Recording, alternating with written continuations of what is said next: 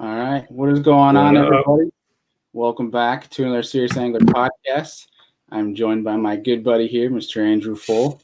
I don't know how good I would say I am as a buddy, but I would say we're friends. I've been demoted. Just buddy status. Just buddy, yeah. Well, dude, congrats again on. I know we were talking with Matt here offline, but officially got your email in, the confirmation. You are now deep in the process of becoming a guide. So heck yeah, can't wait. Got my red book on the way. I didn't get the email today like they said I would, which means it's probably shipping delayed. So probably in the next few days it'll get shipped out, which no big deal. I have until March, April before I can really start guiding on the Great Lakes, depending on how much ice we get. So yeah. So what's the timeline from here then? How's that work? Once I find out it's shipped, I'm going to begin the process of building my LLC, picking out a business name, and finding good insurance that I need for the Coast Guard, buying all the equipment, then get a website built, and then I'll start booking trips. Heck yeah. And you already got like some prospective stuff in the work too, don't you? Oh, yeah. I think I have like 5 or 6 trips prospectively in the works. So that's sweet. Yeah. Well, once we get it up and running, obviously we'll plug it on the show. We'll have some people hopefully trying to make a trip up north if they're not already. Yeah, I hope so. Man, that's pretty awesome. Yeah, book a lot of trips with me so I can convince the wife to let me buy a 21-foot bass boat. So yeah, a better big water boat, Yeah. Yeah, man. So heck yeah. Well, that's sweet. That's eventful because there's nothing going on over here where I'm at. I have zero news to bring to the folks today. No, just kidding. Yeah, I'm pretty much organizing tackle. Yeah, I do. But just getting ready for the season, organize some tackle. That was pretty much about it. But tonight's gonna be pretty fun because we're welcoming back Mr. Matt Pangrac to the show, and we're gonna talk about his past year on the Opens, and then talk about the 2021 Opens because he's gonna do all of them. That is the plan. So it's going to be interesting. We're going to get into a few things and discuss them, but it's going to be a lot of fun. But before we do that, before we bring Matt on, a little message from Hobie. We'll get right back with you.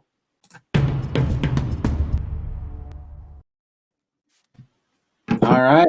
We are back. We are joined by Mr. Matt Pangrac. What's going on, dude? Dude, I want a Hobie 360 after watching that ad. Around in kayaks, catching big fish. The scene that really freaking awesome. Yeah, that looked awesome. I still haven't ever been out in a kayak. I still never been out in a kayak before. We had JD, who owns a kayak shop, come to Oklahoma, and we went bass fishing. And I've had all these plans, and I still haven't done it. That's still on the bucket list. What the heck? He's the one that came on for the show auction. Was it?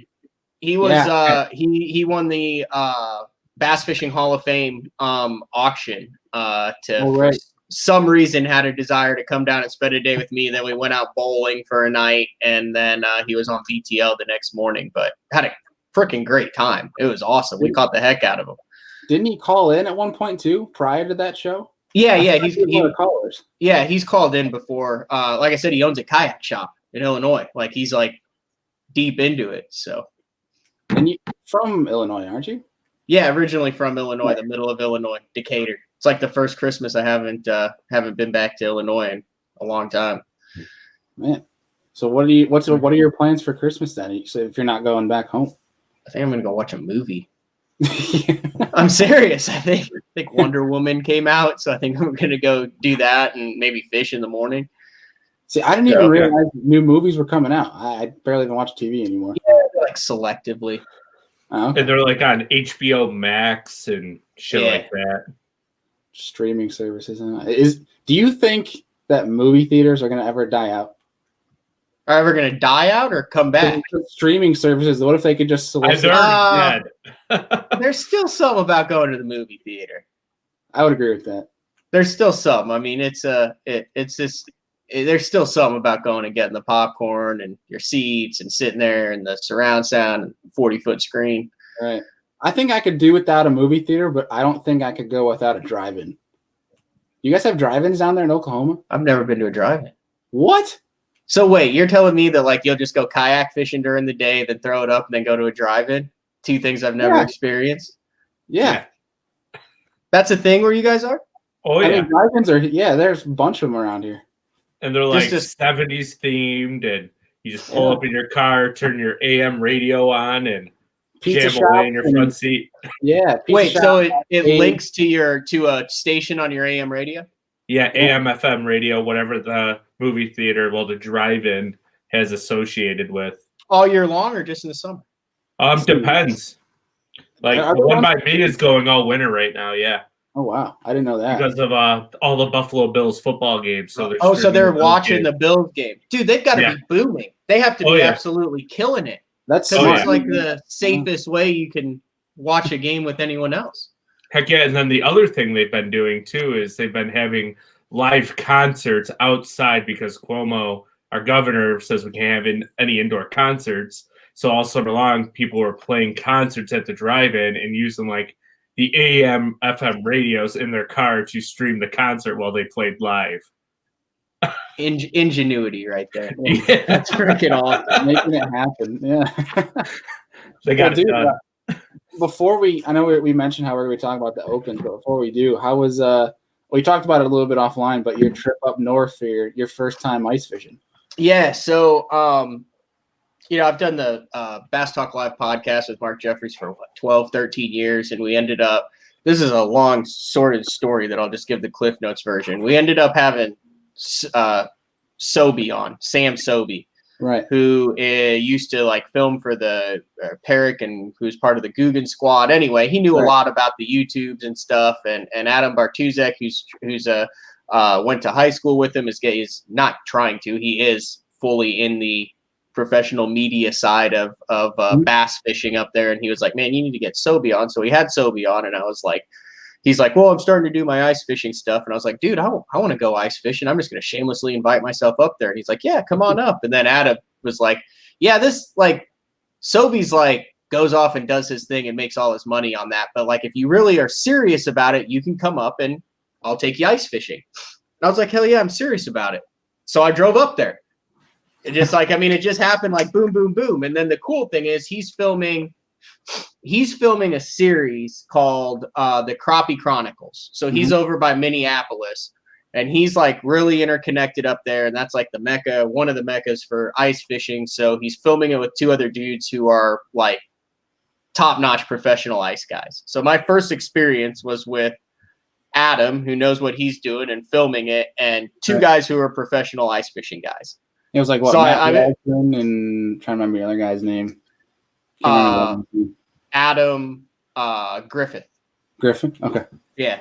Griffin Waldo is their nicknames. Sure, he wears Waldo all the time. They're freaking good. Yeah, if you knew him, you wouldn't really mess around with him. He's kind of a no. Like if he's marking a fish and you're like walking along, he's like, hey, stop. Like right now, stop. Don't move. I marked one. And then like if you keep walking, he's like, dude, I was marking a fish. Like he's all about catching fish through the ice, but they're really good. So I mean, I got a absolute crash course. We did 3 trips in 3 days, drove down there Thursday night, and then I fished until noon on Sunday, and I was back at 10 p.m. in Oklahoma on Sunday night. I was just going through the GoPro footage, but it's not very often.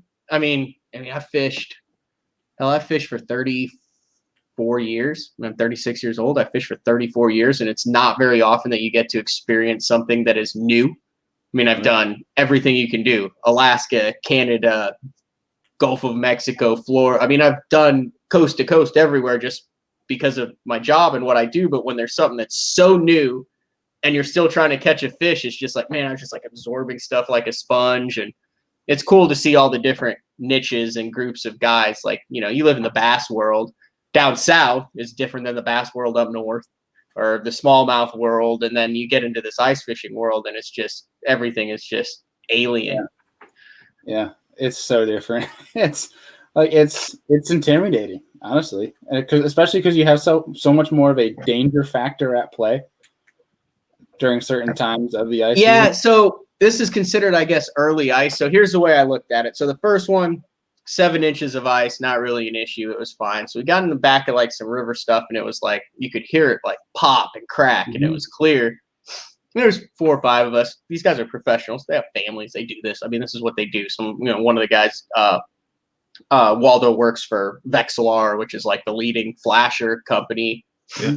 And you take a step and it's like doo crack crack, and you hear all this stuff, and like there's big cracks and there's like methane holes with open water, and you're like, I mean, I froze like for the first couple times, and they're like laughing at me. But I mean, they're spudding, they're checking and everything, and I just realized, I was like, man, this is the exact same as when you get a guy who's a co-angler who's not used to fishing, or is up on the Great Lakes, has never been out on Erie with 6-7 foot rollers or whatever. Mm-hmm. And they're like, are we going to die? And you're like, no, dude, we're good. Like, I mean, I'm out here too. Like, whatever happens to you is going to happen to me. So I really don't want to get in a sketchy situation. And so I just was like, man, I'm with these guys who are telling me that it's okay, and they're on the same ice that I'm on. So they probably wouldn't want to walk anywhere that I wouldn't want to walk. Right. So I just kind of like trusted it and enjoyed the experience, and it was awesome. I mean, it'd been different if I was out by myself. That'd have just been dumb. Right. Because I wouldn't know what I was looking for. But I mean, literally, I'm with guys that are like, well, this is this type of crack, and this is why it is, and where the bubbles are in the ice, and it's clear, so that's the strongest type of ice, and like the shifting, and like the noise is good because it means they're making ice. Look at me, I'm just like throwing out all sorts of ice fishing terms. But making ice means that the ice is actually getting thicker because it's cold. The wind like shifts it and causes it to crack and do all sorts of stuff. But yeah, it was wild. I mean, they get jacked up over catching like a 9-inch bluegill on a 64th ounce tungsten jig. Like they just come unglued on it. They're just like, oh yeah, I'm gonna take pictures and stuff. 2-pound test. I felt like I was in a real life In Fisherman magazine. We'll leave it at that. That's awesome. So, quick question: how high did you jump that first pop? I didn't jump. I froze. Yeah, well, you have these things that go around your neck that are like spikes. So like when you go in, you're supposed to like stick your arm straight out. And that way you like catch the ice, and then like the spikes, and then they probably went through an hour of like safety stuff. So I felt 100. I felt well, let's not say that. For 99% of the time, I felt 100% safe. Right. Good. That the noise though does take a little bit to get used to. Yeah. I'm still not used to it. It is kind of cool though. Like, I kind of enjoy it personally. Have you done a lot of it, Bailey? I actually, my first time going ever was early last year, but I went out a bunch last season. Mm-hmm. I just, with college and high school, didn't have really any interest, honestly, until one of my buddies forced me to go. And first fish I caught through the ice was a 3-pound largemouth. I'm like, okay, I like this. Nice. Have you done it, Andrew? Yeah, I've done a lot. When I was in high school, middle school, high school, and then like up until about 4 years ago, I used to ice fish religiously every winter. But I went through one time on early ice, and I was like, I'm done. So I don't really do it. One of the guys that was there, he'd been through 3 times. Another guy had been through once. But they just are like, it's part of, like I said, they're really smart about it. Like they're saying, they're, like I said, the way I equivalent it to is you come out of the takeoff cove and you have your decision, like, do I want to run those 3 or 4 footers? Or do I want to stay in that cove? And I think, the more experience you have, the more times you've looked at waves, the more you know how to run it, the more you know you're safe. So there's a risk that is involved in both of them, but there's also a risk in walking outside your house. So as long as you're safe and you're not doing anything stupid, you take all the precautions. That's all I can ask for. Heck yeah. Totally makes sense.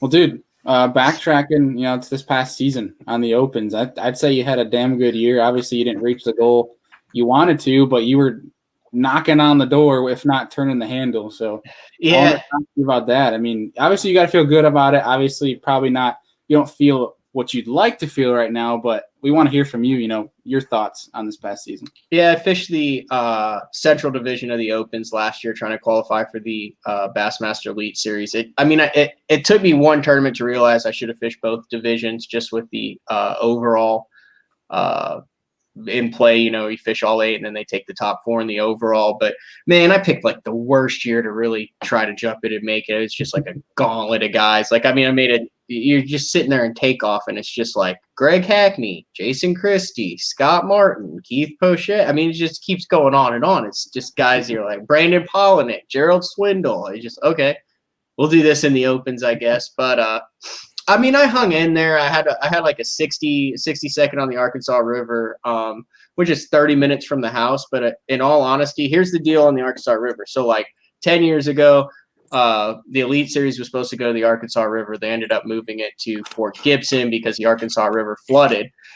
But they didn't do it till the last day. So I'm sitting there talking to Tommy Biffle. He was, he won on, but he was going to supposed to be the favorite on the Arkansas River. And I said, well, how much do you fish the Arkansas River? He's like, however many tournaments I've ever had there. I was like, well, what do you mean? And he was like, you don't ever fish the Arkansas River for fun. He's like, unless you enjoy just like replacing lower units. He's like, that's a fishery that you fish in tournaments only. And so I fished like one BFL there ever. I mean, like I'd never fun fished. I remember I put my boat in the first time and there was zero current. And I went the wrong way under the bridge and I ended up like stuck up underneath some dia. It took me anyway. So I put in like 9 days of practice on that thing. Went out with the guy who had known it, learned how to run it, went through all the locks and stuff. I mean, it was just like everyday educational. So I finished 62nd in that one. And I had a backwater area that this is a rookie mistake on mine. That river like fluctuates. Even if it's stable. So like depending on how many barges have been through, when the lock and dam systems are open, if they're dropping water, and it's just like minimal. Well, I had a backwater area that I could get in on 1 day of practice. I wish I'd never gotten in it because it took me like a half hour to get in it. And I got in it by getting out of the boat and dragging it, which you can't do in the tournament. So I went back there. I made like 10 casts and I think we had 8 bites. And I told my co-angler, I'm like, dude, we can't catch anymore. And he's like, okay. And he's reeling his stuff in like a 3-pounder, eats it at the boat. Like it was literally like 50 yards of 1.5 2 foot water and then a 12-foot hole in a bend in a slough for 100 yards. It was like pond fishing. Like it was one of those deals, get there, you will catch them. And I went back and I was able to get in there without getting out of the boat. And I'm like, well, I'm golden, right?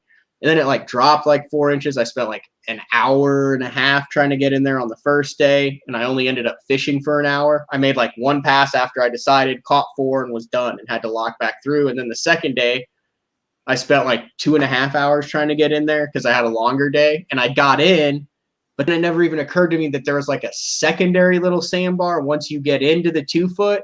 So I got in and then I got stuck once I got in there and had to pull it all. So I ended up fishing for like 3 hours on the second day. So all that 9 days of practice, I fished for 4.5 hours in the Bassmaster Opens on the Arkansas River. Oh, I mean, legitimately, it was crazy, but I wouldn't change anything.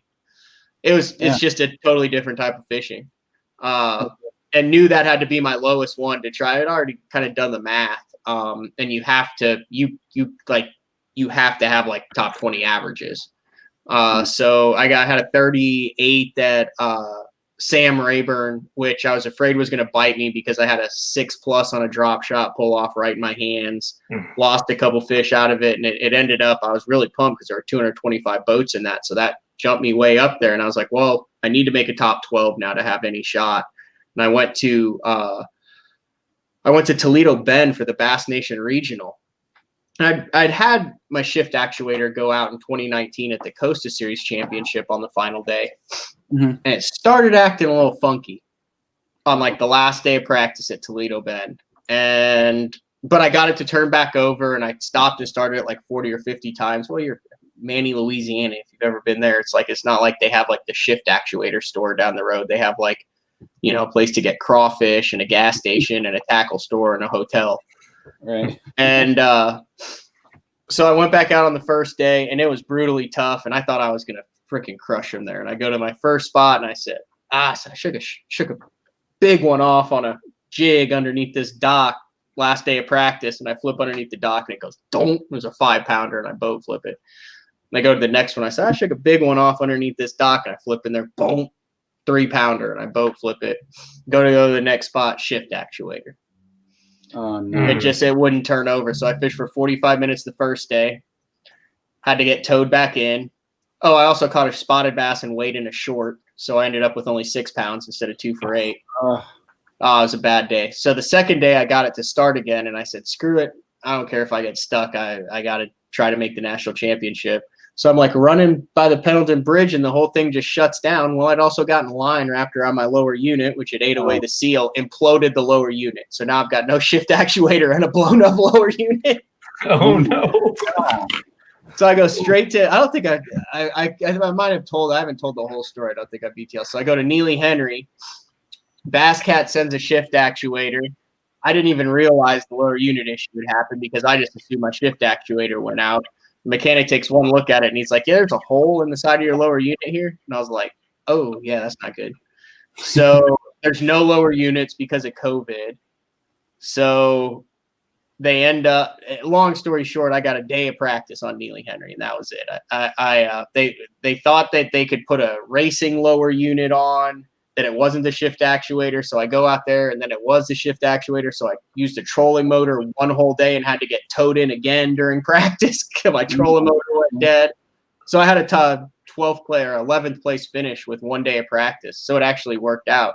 And then I just went to Louisville, and I was in like 14th going into the final one, had to finish in the top. I had done the math. I thought a top 30 would give me a shot. It turns out I would have needed like a top 10, the way the points shook out. And I caught 7 bass in 5 days of practice. 7. Like, it was so bad. Like, it was just demoralizing. And that's, so I ran up a river. And that's And that's when you're swinging on bites too, like you're not shaking. Oh yeah, you catch everything because that lake has like every single trash fish known to man. Blue cap, flathead, hybrids, stripers, white bass, bluegill, drum. You have no idea. Gar too? Oh, dude. So here's what I ended up doing. So I'm way up this creek and I run into Kevin Ledoux, my buddy from Oklahoma who I fishing with. He goes, hey, you going in the other one? And I said, yeah. I said, because the number one rule for me is I have 3 patterns. You do spoke and hub. You try to find the base where you think you can catch them, and then you expand from there. If that doesn't work, you go to BMR squared, Bridges, Marina, Rip Rap, and Ramps. If that doesn't work, the lake isn't fishing good, go fish a different lake. Run as far as you can away from the lake. That's your third option. That's the way I approach it. I try to find the spoke and the hub, and then if that doesn't work, I go try to find bites. And if that doesn't work, I get the hell out of the lake. So I was like, I got to get the hell out of the lake. Because I only caught, I hadn't had a day where I caught more than 2. And he said, well, I'll check the other creek. And he was out of it in the points. He said, if they're in there, he goes, and you don't find anything, I'll let you know and you can have it. So he calls me Wednesday night and he's like, you on them? And I'm like, hell no. I'm like, if I catch 2, it's a better day. And he's like, well, I got some bites in that creek. And I was like, really? And he's like, here's the problem. It's like really hard to get in there. And I was like, okay. So he kind of tells me how to get in there, and then he goes, just miss the stuff you can see. And I was like, okay. So I was like, I'm going to run up this river and fish the river because it's not the lake. So I run up in there, and my co-angler's like, well, what are we doing today? I was like, well, we're going to run up this river. Did you get any bites? I don't know. I've never been there. He goes, well, I've lived here for 25 years, and I've never been there either because I don't know how to get in there. And I was like, neither do I. We have that in common. So I run the thing, and I end up getting in there, and it is sketchy.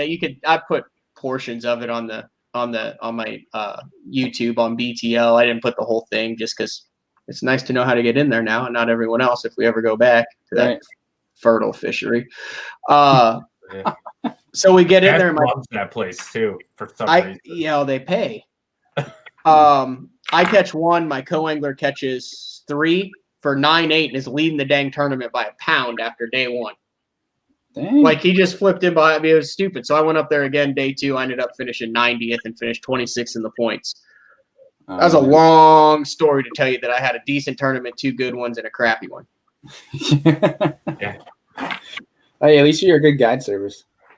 Yeah, he was a good dude, too. It's not like he was fishing on top of me. He just out-flipped me is all it came down to. I remember you talking about that on BTL. It's just like you'd already be done with the brush pile move or whatever. You might be flipping over structure. Yes, wild. I don't know why. I went back and wasn't his theory that basically you had flipped in, pissed him off, and when you moved on to the next one, it had him fired up. So when he flipped in, was that his theory? Yeah. So he wouldn't even flip, and he would watch where I flipped, and then would flip exactly where I flipped. But never when I was there, never when I pitched in it 1, 2, 3, 4 times. I mean, I'd rig my bait, everything. No, he'd just stand there, and then we'd be past it, and I'd just hear, oh, God, oh, my God, that's a big one. Maybe it was an angle thing. I have no idea.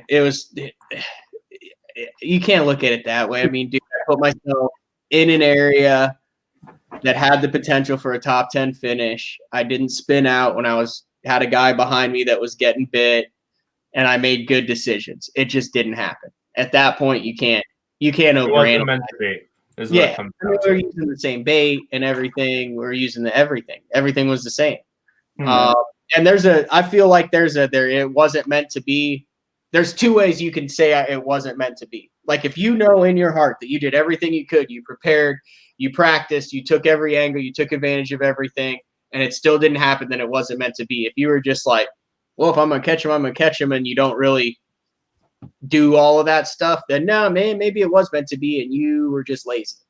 Yeah. But I wasn't lazy. I did everything I could, and it truly was not meant to be there. I mean, look at Daryl Gleason. The dude freaking stops outside the ramp on the second day, busts his ass. He practiced like 14 days, 15 days. He went there straight basically after Neely Henry, catches 2 fish on the second day. The last one comes straight outside on the very last cast of the day, throws the thing in the live well, still hooked up, makes the Elite Series on a tiebreaker.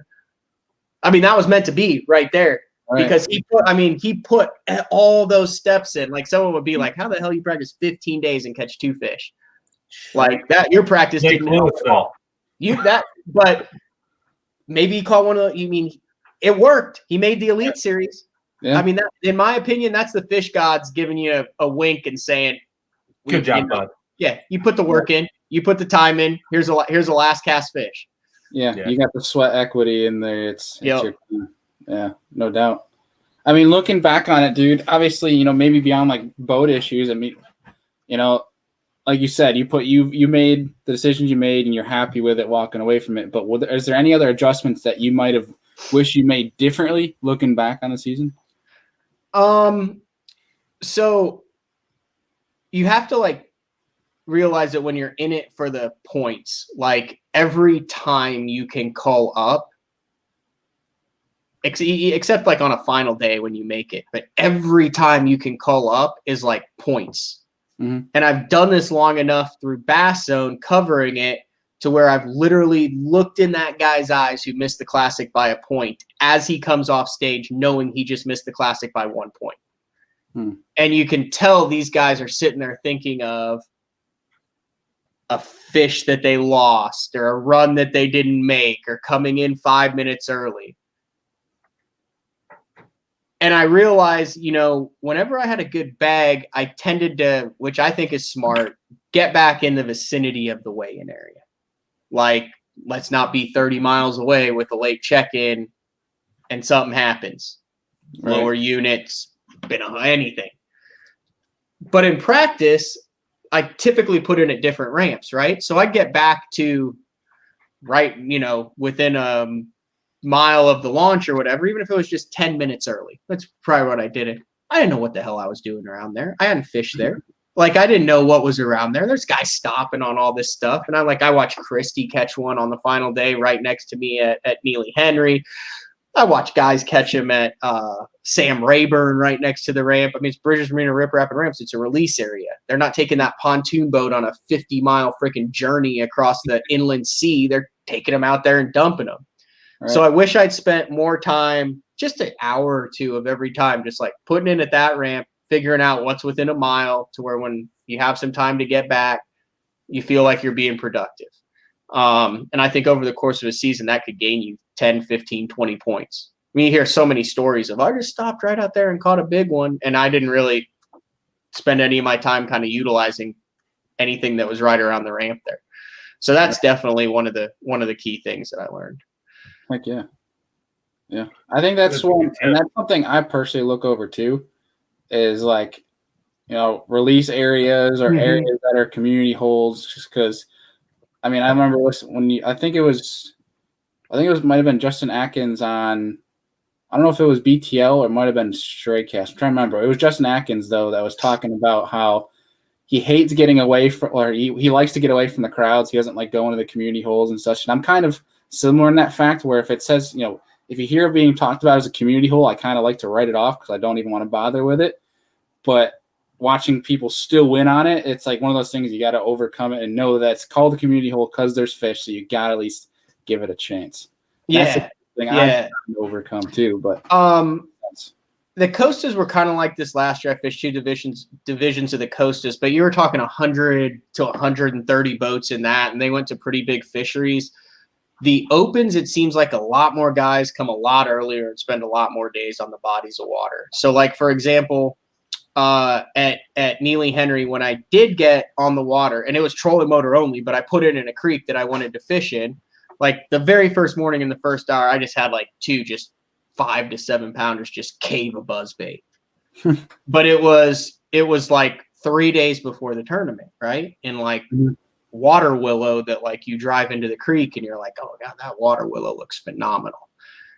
And it takes a while to learn, like, okay, are you finding an area that resident fish live in, but that everybody's going to hit, and that's going to be the freaking Dead Sea come tournament time because all those fish have been caught? Or are you finding an area that fish live in that you can find a nuance in, so that pattern might hold up in the tournament? Or these fish that are here for a specific reason at a specific time, be it a current or generation or sun or shade. So in a club tournament that you're used to or something, you're just like, there's fish here, I'm going to catch them tomorrow, because you're not fishing 3, 4, 5 days out typically. And you go back and you do it. But in the Open, every time you catch them, and more than one, you have to analyze, are those fish still going to be there? And then why are all the, basically you're a pessimist. You sit there and think of what are all the reasons why this is not going to work in the tournament. Right. I guess is the best way to put it. Right. And then if you're confident that they're still going to be there, this is where I did things a little differently than most people do, and I've always been like this. So I fished with Fred Rabanis. He used to fish the fish and chips and stuff with him, and we'd practice. We'd get a few bites, and he'd be like, never going back there till the tournament day. I'd be like, why? He goes, well, if you go back there and stick one, you just caught a fish that you probably couldn't use in the tournament. And if you go back there and you don't stick any, now you're questioning if there's any fish left in that area.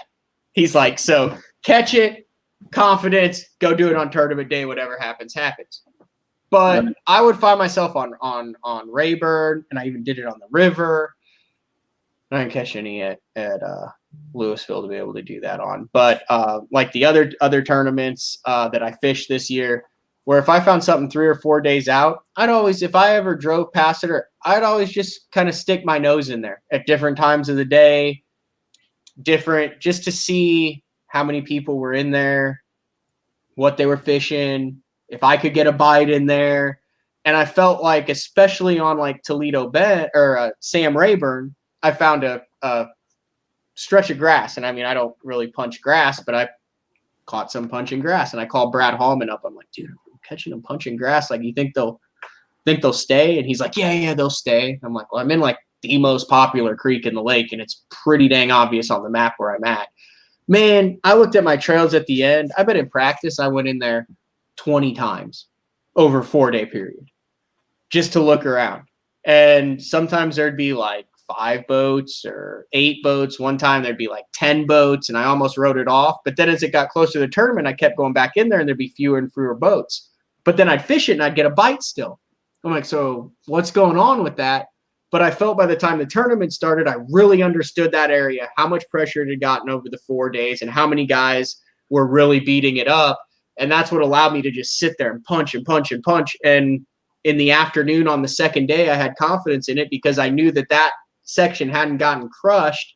And I went and I popped a 5-pounder, and it got me a check. So that's just the way, that just kind of a little different than a lot of guys do it. But right. Yeah, that makes sense. You're almost like a little PI, like a private investigator. Yeah. Just kind of spying on that area. Just pop it in and be like, oh, maybe. Like, that's a good way to look at it. Yeah. Yeah, it's kind of interesting when you talk about that, like, and you hear the argument of anglers in practice where you're like, oh, I don't want to be seen in this area. Like, I think I was just watching Brian Latimer's video on Lay Lake where he goes, I don't want to be seen over here. It's like, well, I got to get out of here.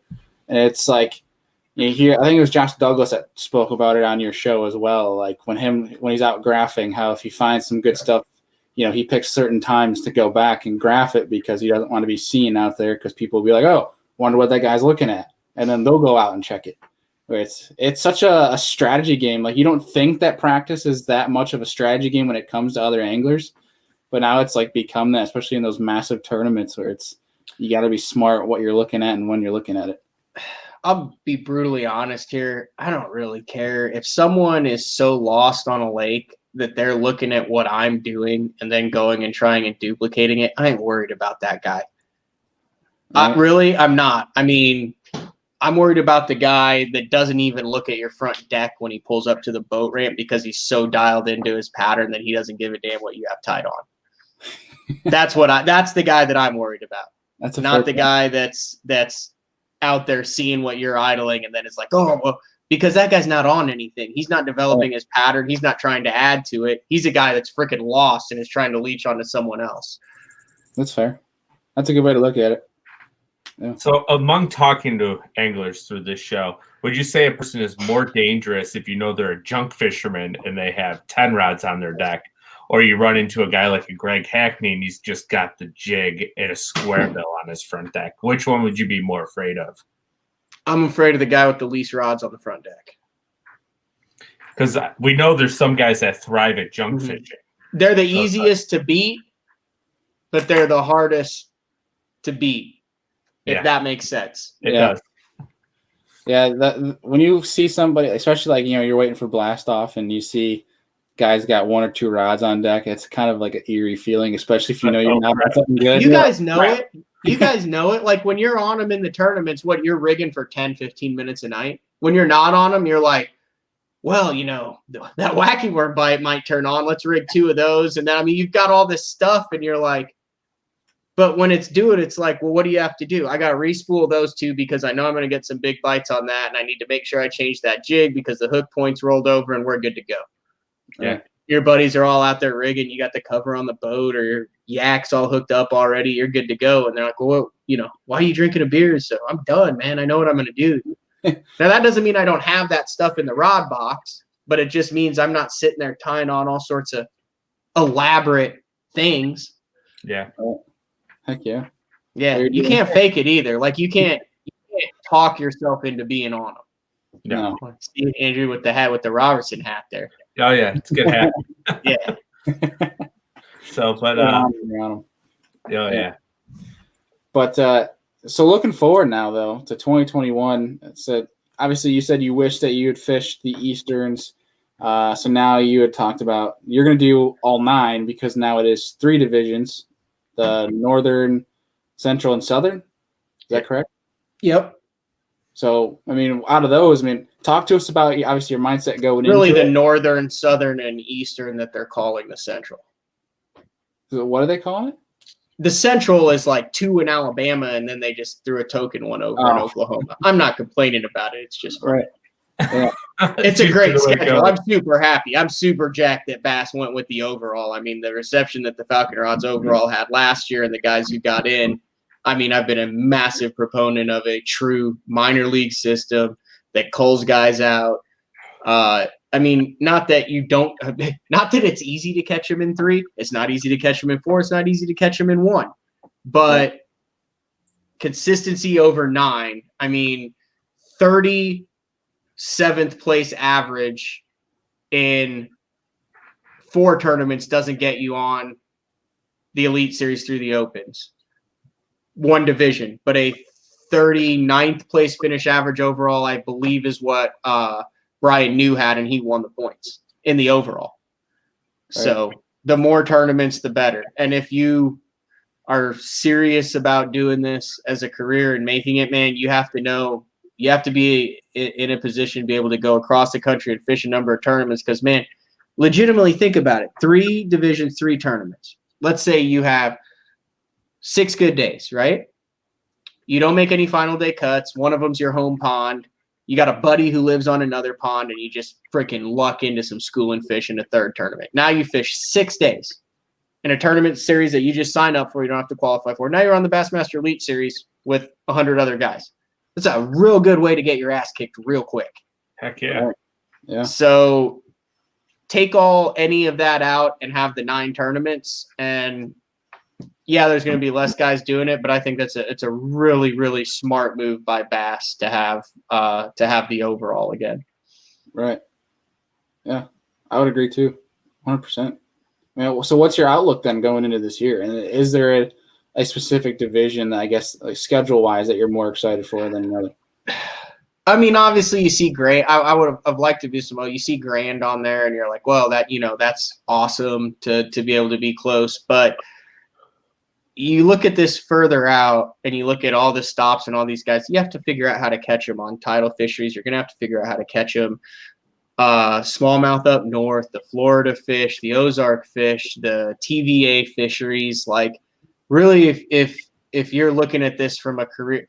Like, dude, you're going to have to learn how to catch them in all these fisheries anyway. And it doesn't matter whether you like it or you don't like it or whether it's tough or it's easy. There's still a guy who's going to win. There's still a guy who's going to finish 40th, and there's still a guy who's going to finish 80th. And I'm going into each fishery, even though I've never fished a tournament in Florida. I fished a lot up north on the Great Lakes, but never fished a tournament there.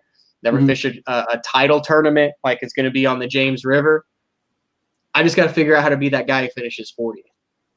Right. And it's going to be someone. It's always going to be someone, whether it takes 10 pounds or 100 pounds to finish in that. So I'm just taking the approach of no favorites, none that I hate. Because I went into Louisville. Like, if you listen to BTO, like, I did not like that lake. It's never liked that lake and did not have a good attitude going to that lake. Mm-hmm. Can't do that next year. Every lake has to be even. Yeah.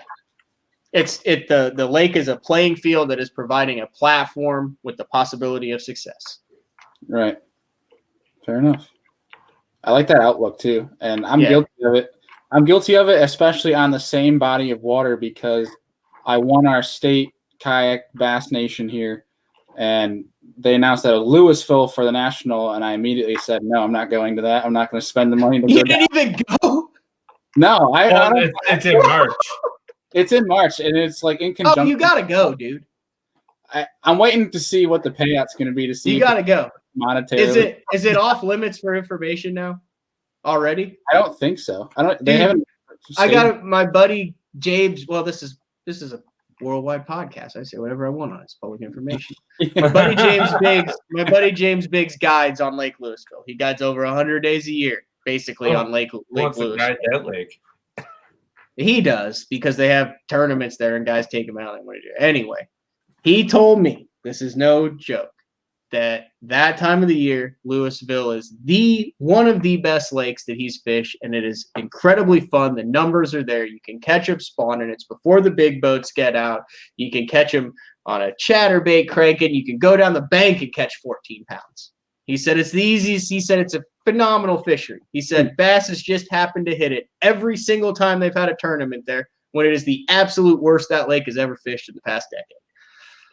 That's what he told me. Hard to do. That's what he told me. Now, I called him a liar to his face and said I would say that too if I tried to make money guiding people on this. Right. Right. But I'm just telling you, he said, he said you show up with a chatterbait and go down the bank, you're calling 3.5, 4 pounders all day long in March and April. Oh, man. So if that affects your decision at all, Bailey, it basically sounds like Falcon Lake to me. I do have a open weekend, not open weekend, but a tournament entry. So I qualified for our regional, our Bass Nation regional as a co-angler this year. It's the weekend it's supposed to be on. I was going to have a Hobie event on Lake Champlain, but obviously I can't do that because obviously I'm going to take the regional. You know, they're paying for your expenses and entry fees completely. It's $100 for what 300 or 350 what Hobie's going to do or something like that. But I think I might have to take that entry fee and put it towards Texas if it's going to be. I got to do a lot more research first, but I don't know. I'm going to go down there and catch 3 fish over 2 days for a chance at who knows how much they're going to pay out for that event. So we'll see. Once they announce the payouts, I think I'll have a better understanding, because I'm not going to go down there to win $2,000. I want to go down there for national championship at at least 15, 20. I hear you. It's their first classic ever, so I don't know how it's going to work, but we'll see. I know Hobie, though, if you make the tournament champions for them, their national championship, it's at least $30,000, and I'm sure they're only going to go from there. Yeah.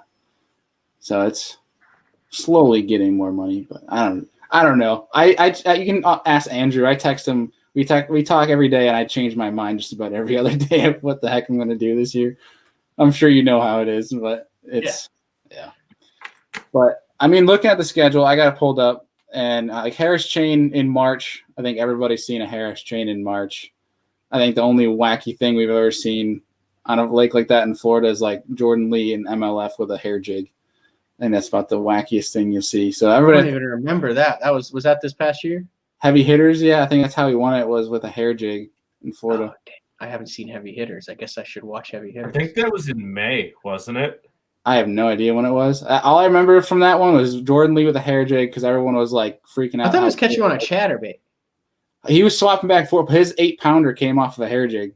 I will go with you on that one. I might have to go do some research on that then. Never gotten into it. Never gotten into the hair jig. I got the preacher jigs. I've got the Spro bucktails. I've got them all, but I don't know what actually hair jig it could have been, like a bucktail, but with how shallow he was, I'm in my head, I'm imagining like a smaller hair jig. He wasn't throwing like a St. Lawrence River smallmouth jig on him, was he? I have no idea. I have to go back and watch it, but all right, you got my interest piqued. I'll have to go do that now. Yeah, the only thing I remember from that tournament is Mark Rose jumping in the water after like a 7-pounder or something like that. Yeah, I'm just planning on throwing a June bug trick worm and a chatterbait. Yeah, that's about all you need.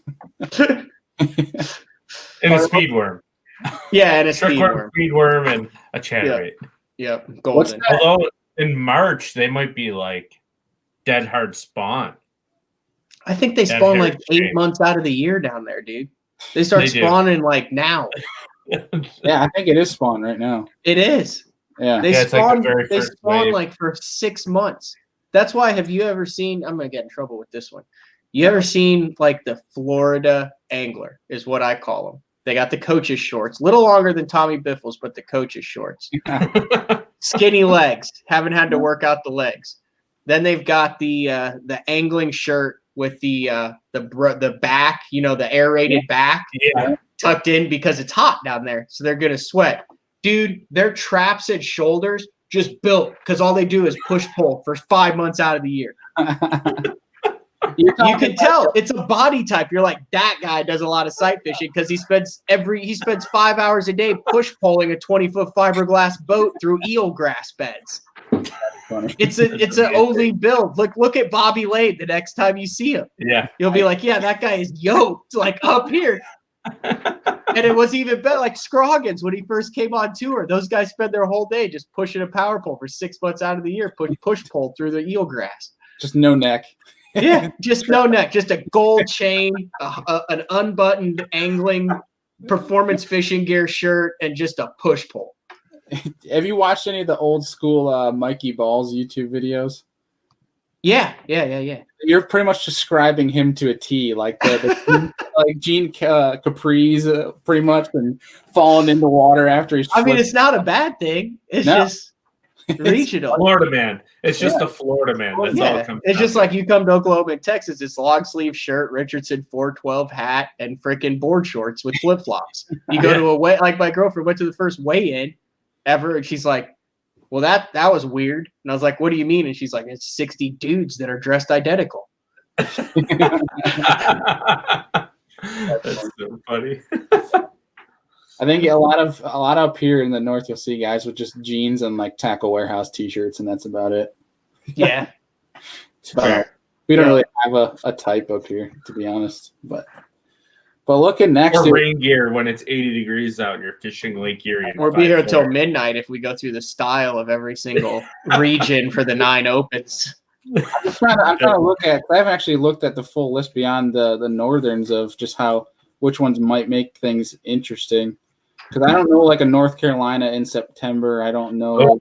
I got it pulled up here. It's or like a Grand in mid-October. I have no idea. That could be easy or tough. It just kind of depends. It goes through a turnover phase there where it gets so freaking tough to catch them. That also could lend to the local bite too, of guys which docks to skip and which spinner baits to run their bushes to run their spinner baits past. Thousand Islands will be interesting depending on whether or not you can go into Canada. It's out of Clayton. I mean, Andrew, you would know this. It's out of Clayton, a little bit closer to Ontario. So I would assume Ontario would be in play. As of now, I would assume it would be Ontario in the United States. So that's going to be a really weather dependent event. And then also who jackpots that. Oneida, that's going to be a cluster. That lake has kind of seems like it's been on a little bit of a downward turn the last couple years. Pressure really gets to it, or is it going to be good? It's starting to come back. Will it be back by July 29th, 2021? I think it'll be good. I think it'll be good, even with 200 boats on that little thing. So I've never seen 200 boats out there, so I couldn't tell you that. I just know from fishing it over the summer, it should be. Really? So it's coming back. It is. Yeah, I mean, nice. So here's the swing on how the gobies work in a fishery. Hit me with it and tell me how the gobies are saving. So gobies got into Oneida about 7-8 years ago. And what happens is a lot of the smallmouth don't know how to react to them when they start eating the eggs on the beds. Once they learn, they know how to defend against them. They know how to start eating them. So we're about that 8 years now where they've probably been in Oneida real heavy. So you're going to start seeing more goby eaters. Over the last 2-3 years, they've really started to eat gobies more there. Mm-hmm. And there's been more year classes of fish that have survived because the smallmouth haven't been like, what the hell is that alien-looking thing on my bed? While the gobies just have a caviar feast. So here's the thing. The other thing about a goby is they're like little whey protein pellets. Right. So what used to take a smallmouth 20 years to get to 6-7 pounds, they're getting there in 5 to 6 years. So Oneida's flipping. It's becoming a smallmouth lake. I'd say it's predominantly more smallmouth than largemouth when you look at it. Which it's always been, yeah. Well, I mean, when I started covering the Elite Series there, obviously we saw what Tommy Biffle did there, but then there's a number of guys who I think Ish won on mixed bag with a lot of largemouth. We saw what Steve Kennedy did with largemouth there in the major 10 years ago. That's what I'm saying. Yeah. It was before the gobies got in there. Yeah. I gotta be careful what I'm saying here because, like, I got buddies that'll probably take my head off if we talk too much about Oneida, but pretty much like what you see at weigh-ins, you see guys coming with predominant smallmouth bag and then like 1 or 2 giant largemouth, and that's pretty much how you see. That's how you fish it. You get your 17 pounds of smallmouth, and then you go up and you hope you get lucky with a 5-pound greenie. Yeah, and it's basically the trend has been too. You're hearing a lot of that. You know, Oneida's like the 4 or 5 pounders aren't in there as much. It's almost like a class of fish has died off. But like because the gobies ate all their eggs. It messed them up big time. I guarantee that's what happened. Because they're old fish. They live forever down there. You can have a fish that's like 38 years old. Yeah. And 10 years ago, when Clinton was president. Yeah, probably. You'll see an abundance of like, there's endless 2 to 3 pounders. So I think in a couple of years it'll be back to that Oneida. Awesome. That's what I like to hear. I was afraid that the pressure and stuff had just gotten to that lake because it hasn't been. I mean, I remember the first time you went to Oneida. I'll tell you a cool story. This is why I thought pressure gets to Oneida. So we did a writers conference, and they had fished. I don't know. They might have fished on Champlain or somewhere. Anyway, I was there a day early, and Mike McClellan was there a day early. And he's like, hey, you want to see what a lake is like before guys beat the crap out of it for 3 days before the tournament starts? And I was like, huh? He's like, yeah, let's go put it at Oneida. He goes, we won't even start the big motor. He goes, you know how tough it's been at Oneida? And I said, yeah. He said, we won't even start the big motor. We get there, there's 2 boats in the parking lot. Didn't even start the big motor, had like 18 pounds in the first 10 minutes. It was stupid. He goes, this is what it's like when we show up. And then 3 days later, none of us can catch a fish. Mm-hmm. It's because like I've heard people speak before how they think Oneida is like the biggest lake in New York, and that is a complete lie. Like I think it's tiny. Oneida, it is a small lake. Very small, especially if they're doing a specific thing, and tons of people dial into it. Yeah, if there's no smallmouth bite and it's a largemouth bite too, I mean, you're gonna be bumping both bumpers with. Now, the smallmouth will spread it out, especially if they get way down there in that basin and spread out in the basin. Like we saw it that one year in the Open when they could still use the Alabama rigs. Those guys were just drifting across nomadic, massive schools of smallies. Jeff Creed almost won a tournament down there on a tube over open water smallmouth. I remember that, yeah. Yeah. I think Skeet Reese did the same thing. He was fishing like the deep abyss, and he was cracking suspended fish. And, you know, Chad Griffin won that Elite Series on a pop or over a random school of fish that came up in the middle of a bay relating to some weeds. So anyway, I learned some stuff about Oneida there. I'm optimistic now. Thank you. I think brighten my evening. Well, we'll see. Like obviously, boat numbers. What I have no idea what that'll do to it, but it'll be 200 boats. Always is. Yeah. Yeah. Especially, I think there's a lot of guys who are going to jackpot it, and if they're going to jackpot Thousand Islands, they'll jackpot Oneida. And if they jackpot Oneida, they said they're going to fish Thousand Islands, so they'll just fish the whole division in case they win one, so they make the classic. James River, there's not much to say there. It is what it is. It's in May. Hopefully, they're on the beds. That's would be interesting fishing a tidal fishery on beds. I don't know anything about it. I've watched and seen every tournament there, and it seems like there's a lot of fights, very few fish, and a couple giants. Fair assessment? I would definitely say it's a fair assessment. All right, let's move on. That doesn't deserve our attention. Like I said, Grand could suck or be good. Pickwick will be interesting. End of April, beginning of May. You might see a little bit of ledge bites play, a heavy grass bite, shallow bite, deep bite. Might be some current. There's some big smallmouth in there that are catching them good. That's going to be a mixed bag. You have a lot of locals in that one. Right. It'll be crowded. That'll be a good one. Lewis Smith. That's a big spotted bass deal, isn't it? With a couple large heads on that. Water willow, swim jig, drop shot, docks, current, Coosa River spots. And then I don't know anything about Lake Norman. Yeah, I don't know Douglas either. So Douglas is the long lining lake, so that's where they made the rule. The guys would take get on the big motor, spread all their line out, and then get the crankbaits down. Was that Jeremy Starks who won out there? I have no idea. It was. Long lining. Mm-hmm. Douglas can suck. That's the tunnel hole rule. Came from Douglas. The guys who are running up the river, the Defoes of the world. Yeah. But that time of year, also that lake I know varies wildly as far as water level. Between the winter and this time, those fish like to get deep and group up. But that time of the year, I believe they're going to be on beds. April 15th, Tennessee. Yeah, that might even be still a little pre-spawn. Yeah. Or like right into. It should be good. I'm just saying, Douglas can be real sucky. And I think this is a time where it might actually be decent. It's a couple months earlier than we've ever seen it before. So, and then Harris Chain, which we talked about down in Florida. So, heck yeah. I'm honestly surprised they put 2 northern events in New York. Usually it's like James River, Champlain, and Douglas in like September. So that's cool to me. Yeah, that's awesome. And I also like the fact that they're not starting till March. Give guys, they usually start in January with one down in Florida. So give guys a little bit of time to recoup, get things going. So yeah, I'm pumped about it. I'll be honest, that was the first time that I've actually sat down and thought about each of the events was with you guys right now. So that's what went through my head with each one of those tournaments. So I'm sorry if that was rambling and didn't make sense. You're good.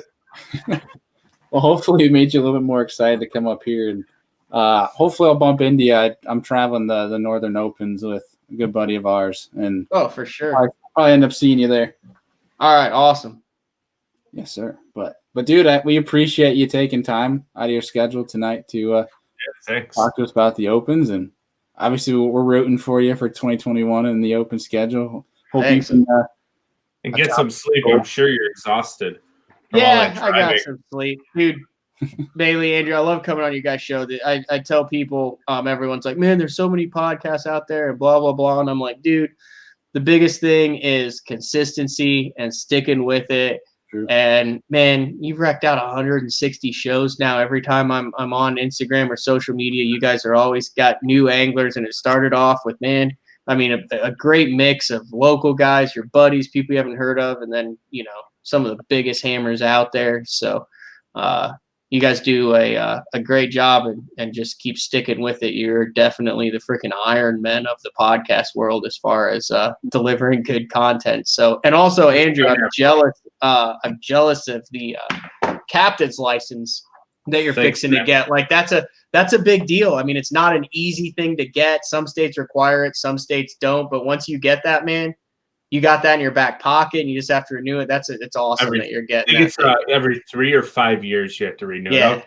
I'll cross that bridge when I have to. And the random drug testing, but whatever, that doesn't bother me. Are you gonna make Bailey call you Captain Andrew on the show?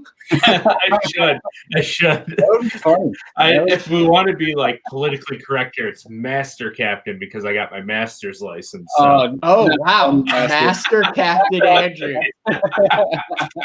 I think you got to go with that, man. That's an accomplishment. Like that's gets mad respect. Nice. There you go.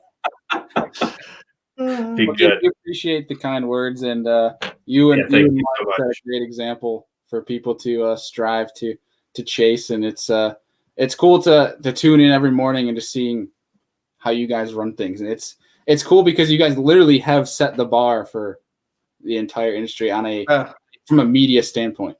Well, thank you. I like coming on shows like yours where I can just aimlessly and wander and ramble across a variety of topics without Jeffrey's yelling at me. Well, we thoroughly enjoy the you and Mark when you guys get into it. That's always makes for great television. I mean, not television, but you get and it's not like we honestly do not plan that. Like we get into the studio, like I can kind of tell sometimes you get in there and you're just like, "What's wrong, dude?" And he's like, "Nothing." Or you just say something and you're like, "Oh, it's one of those days." And like you're asking, like, "You feeling okay?" "Yeah, I feel fine." You're like, "Oh, it's one of those days." It's not very often. I mean, he's mellowed out a lot, but like, I mean, we'll get off air and be like, pause for a second. Like, I don't know if you see it. Usually you could see us after the show ends. And that's me going, "Did I say anything I wasn't supposed to say?" And he's like, "I don't think so." "Did I say anything I wasn't after we get in a fight? Did I say anything I wasn't supposed to say?" "I don't think so." "Okay, we're good." But like, I mean, we generally get upset. Like, but that's good. That's passion. That's what it is. You can't manufacture that. Well, that's the thing too, is like, and Andy and I were actually talking about this because Andy and I bicker all the time too. But like, if you can, it's okay to have these like debates and you get heated with each other. But like, if you're keeping on a civil manner and just you're not like taking personal shots. You're firing back different counter arguments, and that's what makes for good conversation. That's how you learn. That's how you that, like you just said, that's passion. Yep, right, I agree. Before you leave, you have to answer one more question. All right, hit me with it. Chatterbait, graphite or glass rod? God, I use a graphite. Fair enough. I use a graphite. I mean, I don't throw my chat. So here's the deal: I don't throw my chatterbait around grass and stuff that much, like open water. Like a lot of my chatterbait fishing is around crap I'm trying to get them away from in a very quick amount of time. So that's why I just go with that. If I did a lot more of the open water feathering over the top of the grass, long cast, trying to keep them buttoned up, then I think you go with the glass. Andrew and I get into this argument like every day. Every day. He's been sending me Tackle Warehouse sales for glass rods almost every other day. He goes, "We should get one because it's better." And this is like trying to rub it in my face. It's just, I just like a fast tip and backbone to where you can skip that thing and just get them out. And the thing that I've figured out with the chatterbait, which I mean, you've interviewed multiple guys on here who literally invented the dang thing. I'm not saying I'm an expert on it, but my theory with it is they're going to eat, a lot of times they eat that crap and stuff where they haven't seen another chatterbait. It's amazing. Once you start trying to put a chatterbait in places where you don't think you can, it is one of the easiest baits to get there. I mean, like lay down. Lay down way under freaking docks, all sorts of places that you wouldn't think, but you get a moving bait to generate a reaction by it like that. And then I never stop cranking on them. Like they jump, they run, they do anything. Like I just crank those suckers in on a chatterbait. Heck yeah. Like there's no fighting them. It's just in the boat. Yeah. Heck yeah. You give them so that 100%. That's if you look. Yeah, that's if you look at any of the chatterbait fish I've got on YouTube. I mean, they're like, they think they just ate a shad and they're in the live well. Like that's how quick you're catching them. Heck yeah. Well, dude, thank you again for taking time out. It's always a pleasure to have you on. You're always welcome on the show. Man. And dude, it's been a blast, and we'll be in touch with you soon. Thanks, guys. Have a good night. You too. Take care, Matt. Always a pleasure having Matt on the show. Especially because it ignites more fire for our own debates, and it gets us a third perspective. And it's usually I just had to ask him, chatterbait. Yeah, I had to. Which one are you going with? Because like we literally argue about that all the time. I think it's more me being stubborn and not trying a glass because I've never tried it with a glass because I haven't had to. So but I think I'll try it. I'll give it a shot this year. You need to tinker more is what it comes down to.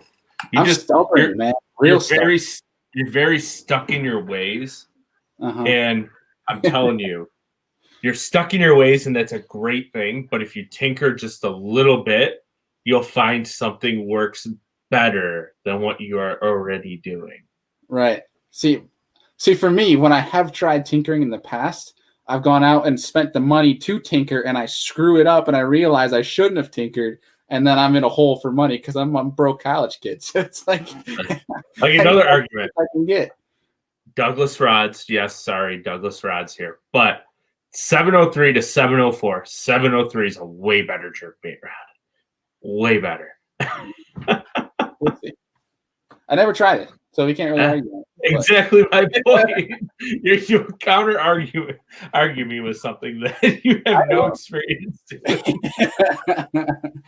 Fair enough. You're wrong. You're wrong. It makes for better. I don't even know how to call it. It's just more of, I guess we're obviously, yes, I'm stubborn, but it is nice to kind of like talk about these different things and different viewpoints, and to see what you like, what I like, and then try to find a middle ground there. And there's no middle ground. It's whatever you like. Exactly. And you're always going to argue with people on what you like, because you might like throwing a jig on a 7.3 medium heavy with a parabolic rod, and another guy's going to be like, nah, man, you got to throw a jig on a 7.11 extra heavy, extra fast tip, no parabolic, and 20-pound test. But you try it, and every time you set the hook, you pop the line. Right. So every single person has their own way of doing things, and it's catered to the way that person specifically fishes. 100%. So there's no right or wrong. There's no right or wrong. My opinion, it's like fishing opinions are like, oh man, I don't know. Freaking like throwing a grenade into a freaking swamp or something stupid, because no matter how it lands, somebody or something is going to do completely different. Right.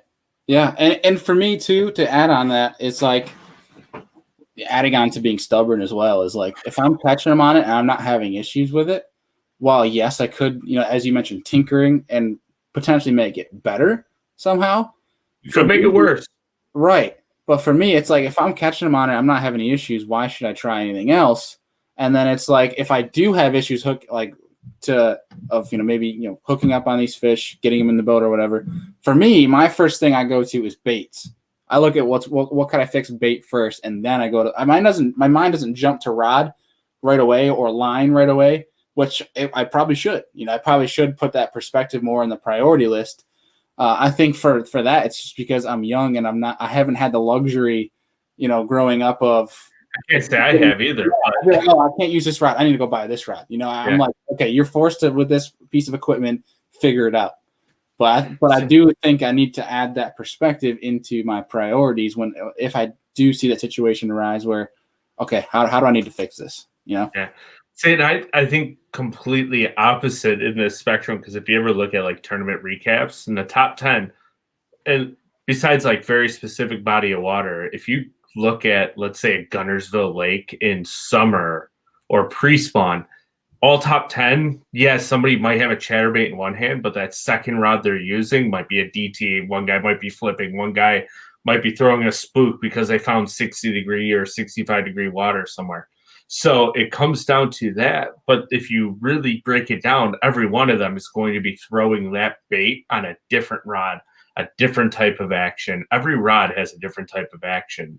So I specifically am a firm believer, and it's not so much the lure, it's the type of action you're putting on the lure that dictates the fish to eat it. So if I can throw a 110 on two different rods and I get more bites on a different rod because it snaps a little quicker and gets more of an erratic bite out of it, to me, I'm like, oh, I'm using the same lure on two rods, but I'm getting 10 times or 3 times the amount of bites on this rod as compared to this one. What's the difference? And then I'll look at it real closely in the water. I'm like, oh, this one's, when I snap it, it's actually snapping instead of slightly pulling and turning.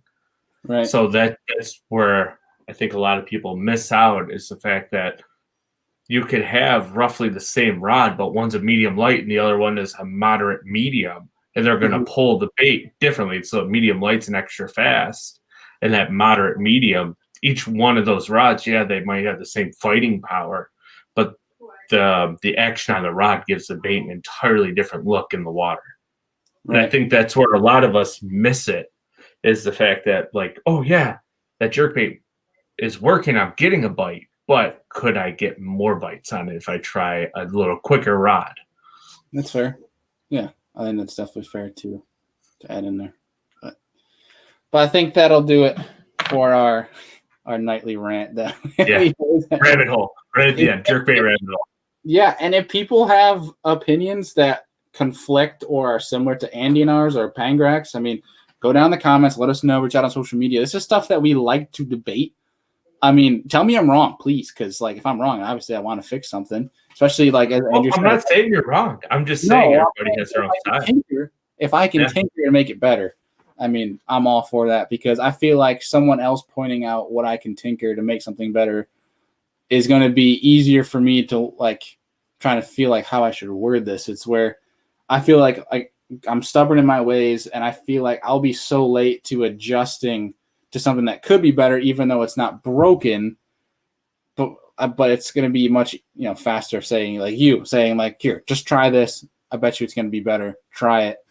It's a much faster process than me, my stubborn butt trying to figure it out for myself, right? So I guess the easiest way for you to try it is in the springtime.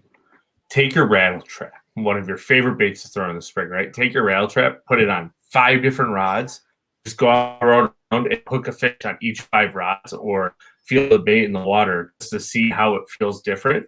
And I almost guarantee by doing that, you're going to change all of your rod setups. If you do it with every rod and you take a jig and you throw it on 5 different rods, you will find the sweet spot rod that you like to use. So you're just going off of like, this rod's built for a jig, I need to use it on a jig, but 9 times out of 10, there's probably a better rod for it. I love throwing the same lure on 5 different rods and going out and casting with each one, watching it react next to the boat. So I love tinkering because I have my 5 lures that I always use, but I want to figure out what rod and reel, what gear ratio reel is going to make that bait perform what I think is the best it can perform while I'm fishing it. Right. That makes sense. Yeah. I mean, maybe it's just something I got to put more time into. It's probably just You'll get there. Yeah. I'm just telling you, like in the springtime, go out with the rattle trap, throw it on 4 different rods, the same exact rattle trap, whatever you like to use, whatever gear ratio, make sure like put it on like a 5/8 to 1, a 6/5, a 7/2, and an 8/1 reel, and just see which one works the way that you're fighting it. Yeah, you got 40 bites on it last spring on this day. But what if you go out in the same conditions and now you get 50 bites on it, a different rod, a different reel, and you're like, wow, my mind has been like blown. Like, wow, I got 10 more bites because of this situation. Or you're catching them, you're like, okay, let's see if I can get a bite once every 3 casts instead of once out of 7 casts. So let's start switching it up to see what the actual difference is. And then you're going to have more light bulbs go off. Right. Now, real quick, before we sign off here tonight, are you I'm talking gear ratios. Are you a 6'3" when it comes to cranking? Are you a 5'1"? Are you a 7'1"? So I am no crankbait fisherman at all, so I'm still tinkering it. But chatterbaits. Like people kind of do similar when it comes to chatterbaits or spinnerbaits when it comes to gear ratio. So for a spinnerbait, I like a 7'1". For a chatterbait, I am a 6'3" to 1. Okay, so we agree and disagree. I like a 7'1" for chatterbaits and spinnerbaits. Yeah, I like 7'1" even for cranking like a square bill, because I feel like, because for me, I can be patient and I have no issue slowing my hands down. For my biggest thing, yeah, see, I'm okay with slowing down. I can do it. My biggest fear is not being able to catch up with treble hooks. Yeah, so that's why I like a 7'1", because it gives me kind of a security, I guess is what to call it. So I used to throw like deep divers, like 5XDs, 3XDs, Series 6s a lot in that class of diving baits, like that 10 to 15 class. And I would always try to throw it on a 5'3" to 1, because I felt like no matter how fast I reeled, I was never really reeling too fast. Mm-hmm. Now, the last couple of years, I've tried to go like a 6.3 or a 7.1, and I'm still trying to reel just as fast, and I feel like it's actually limiting me. So I'm going to go back to a 5.8 to 1 next year, a 5.3 to 1 on my deeper cranking, because I can reel fast, but it's still slow enough to where I think I'm going to get more bites. It'll be interesting. Maybe we should do a video on that. Maybe we do a deep cranking or a cranking episode come this spring or summer. I already know where we're going to go and do it. So, are you going to tell me anyway? No, we're going to go smallmouth cranking. Oh, hell yeah. All right. Even if we don't make it for the folks, we got to make it for our own pleasure. Yeah. But either way, fun episode tonight. Thank you, Matt, again. Yeah, thank you to Matt, and thank you to all of you who are still listening right now. We appreciate it. Hope you guys enjoyed the episode on Friday. Obviously, Friday is Christmas. We are going to be dropping an episode with Brent Butler tomorrow, actually. So we're not dropping it on Christmas Day. We're going to let everybody enjoy their day, their holiday. And on Christmas Eve, obviously tomorrow, we will drop our episode with Brent Butler, TVA Hammer. Good buddy of ours, and it was a lot of fun. We're going to be talking about Cumberland, the FLW. What was it? Little Chickamauga. It's the MLF Toyota Series Championship. Yeah, we talked about that, and winter fishing, the TVA. Yeah. So, hope you guys enjoyed, and as always, thank you guys again for watching and listening. We'll see you guys next time.